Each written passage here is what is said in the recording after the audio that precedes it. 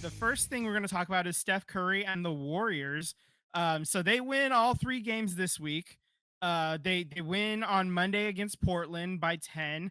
They get a blowout victory at home against Sacramento on Thursday, and in that game, the legend Steph Curry hits his 4,000th career 3-pointer. 4,000 threes. Jesus. Good lord. When he did this the other night, I told Julia, I said, like, I probably haven't even taken 4,000 shots in my life, I know, right? let alone making 4,000 shots. Good grief. Yeah. They also followed that up on a Saturday with a 3-point win against the Knicks in a defensive struggle. The defense is really good now. They were already like figured it out for the most part without Jimmy, but then when Jimmy Butler came, like this defense is top tier now. So as the standings sit at the end of yesterday, they are 39 wins and 28 losses. They're currently sitting in 6th in the West. When I look at the standings in the Western Conference, these are getting real tight, man. Basically, they're 3.5 games outside of the number 2 seed. Okay, with God, like where are we at? 15, 16 games left to go, something like that, right around there. Um, Yeah, so we're right in the mix there. The Lakers are in the 5 seed. They're only a game and a half in front. They won their last game after dropping like 4 in a row. So and Memphis is in 4th. They're let's see, do the quick math on 3.5 games uh out on us. Actually, there's a 3-way tie for second. Houston, Denver, and Memphis. They're all 43 wins, 25 losses.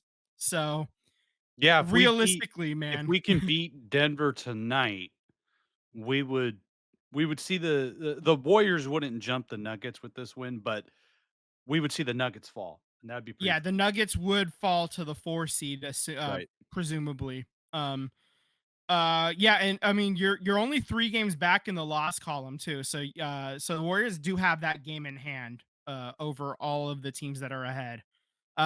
Except the Lakers. The Lakers actually they're tied in terms of losses. They're all at 25 losses. The Lakers have played 2 fewer games than Memphis, Denver, and Houston.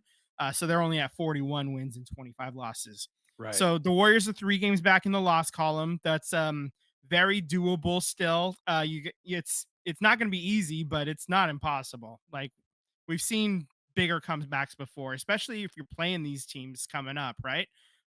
Upcoming schedule, you're playing Denver tonight. You're playing Milwaukee tomorrow. Then you have Toronto on Thursday, and you're at Atlanta on Saturday. So I'm just gonna flip over to the Eastern Conference real quick, and just looking at that, Milwaukee, they're the 4 seed right now. They actually are almost the exact same record as the Warriors. They're 38 and 29. We're 39 and 28, so just 1 game better in terms of the win loss record. Toronto, they're in the 11 seed right now. They are not going to make the playoffs. They're the top 10 teams in the East are pretty much locked in. It's just jostling for positioning at this point. Toronto is in the 11 seed, but they are 4.5 games back of Chicago, and they're just not going to catch Chicago, I don't think. Not with 15 games remaining, and just how terrible Toronto has been. And Atlanta is they're the 7th seed right now. They are still 4 games under 500 though. That's the way it is in the Eastern Conference, man. Your top 6 teams are all over 500, and everybody else is under, and that includes all of the play-in tournament teams. It is so crazy to me that, since the Jimmy Butler trade, Mhm. just complete different directions, Golden State Warriors and the Miami Heat. Yeah, yeah, The Miami Heat are trying to snap a 7-game losing streak. yeah. Toronto's more likely to catch Miami, who's sitting in the 9 seed, before they catch Chicago. Right.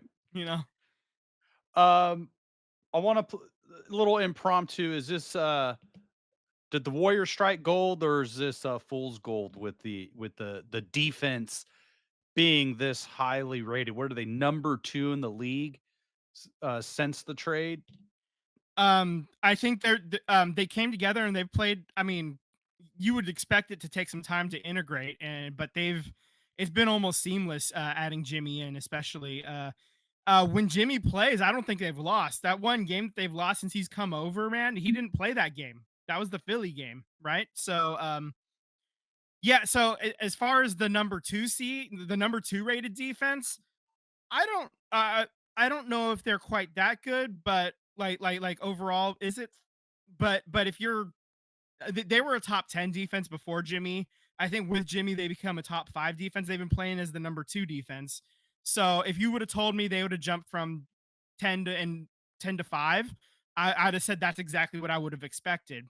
10 to 2, that feels a little bit more fortunate than I would have planned on, but I mean, I with them coming together this quickly, it's hard to see where if it falls apart, I would expect it to fall apart real fast, like before the playoffs even start. If they start like showing weaknesses or whatever, but even then, if they just kind of level off a little bit and regress toward the mean just a little bit, I think it's still a top 5 defense. Like maybe they play, you know, fifth or sixth going the Right. rest of the way or something is them regressing Absolutely.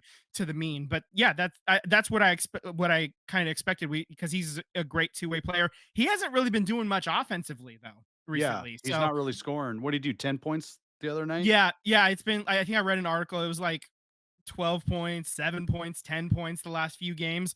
So he's like it's still there though, like, and he can turn it on when he needs to, and I'm sure he will at some point before the playoffs even start. He'll get his turn.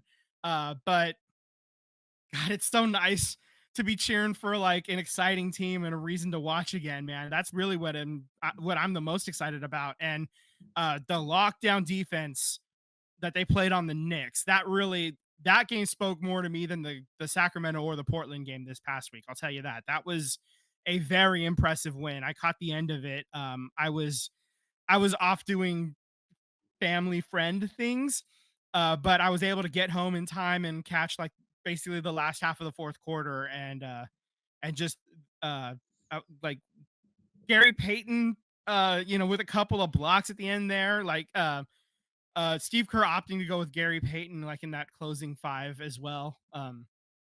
Yeah, My yeah. So my, I'm just my yeah. dad was over on, Saturday night, Hmm. and he doesn't watch much basketball. I go, "Why don't you, watch it?" He's like, I don't know the rules. I don't know what they're doing." So, as the game was playing out, I was trying to explain, like, when I could, like minor things. And one of the Yeah. things we were explaining was like Gary Payton the second being, little big man and playing that dunker spot. I'm like, Hmm. so I was like, so you're gonna see him cut. He's just gonna cut across the court and they're just gonna lob the ball to him. So that's what you're looking for. Yeah. And then, like right when I was saying that, he dunked the ball. So it kind of worked out. And, I was like, that's what you're looking for. So I was trying to show him like Hmm. the rhythmic patterns of what the Warriors are trying to do and how often they move and explaining, the basics, Curry playing with the ball in his hands and the ball without, not in his hands, off the ball, and what Yeah. does all this mean? Um, then right then they showed a graphic of how many miles Steph Curry runs in a basketball game and how much more it is than like the average basketball player Oh yeah. because he's just running around over and over and over again, getting to those open Hmm. spots. Yeah. Um, And that's Curry at his best in his prime, especially right, was he just you'd just be tired. He'd run you off the court, right. and he's still draining threes in the fourth quarter like it's nothing. Absolutely. And the Warriors offense, I mean, they just move and move, like all of them are moving where I think the modern NBA there is like even when you compare it to like the Jordan era, like the 90s and 80s, like there's just a lot of like isolation one on one. So I think overall the league moves a lot more, but the Warriors move even more than the rest of the Hmm. league. Like how much movement and how many players are required to move. Because there's still a lot of times I'm watching, I do watch the Lakers. There are a lot of primetime games, so I'll watch the Lakers. Man, that offense can get really stagnant where it's just LeBron doing his thing. It's just Luca doing his thing, where everybody is just kinda out on the Yeah, it's a clear corners, out. Yeah, out, yeah. and then it's just Luca going to the cup. Mhm. Where I guess that, that works, but you gotta incorporate the rest of the team, and that's one of the reasons why, like, it's great that the Lakers made a big trade for Luca. That's a superstar. I think going forward, that's an amazing trade. I see the Lakers just not having enough depth to Mhm. sustain a legit run, and I think honestly, I do think the Warriors are going to pass them. I Yeah. do think like the Warriors are probably going to pass them. They'll probably be like a 5 or a 4, and I see the Lakers more of at that 6 or 7 spot because they're not looking too good, and LeBron's out for a couple of weeks, so they're Mhm. not going to be at full strength. So Yeah, yeah, Warriors and, got a big test tonight yep. with Denver, and I know there's a couple of guys that are potentially not going to play for the Nuggets tonight. I really want them at full strength because I really want to gauge, Yeah, I like, want that measuring stick, I right? But want yeah. that. Yeah, I want to see that. So I'm really hoping that both teams can come into the game with as many superstars as they can because I really want to see that matchup and talk about it even more.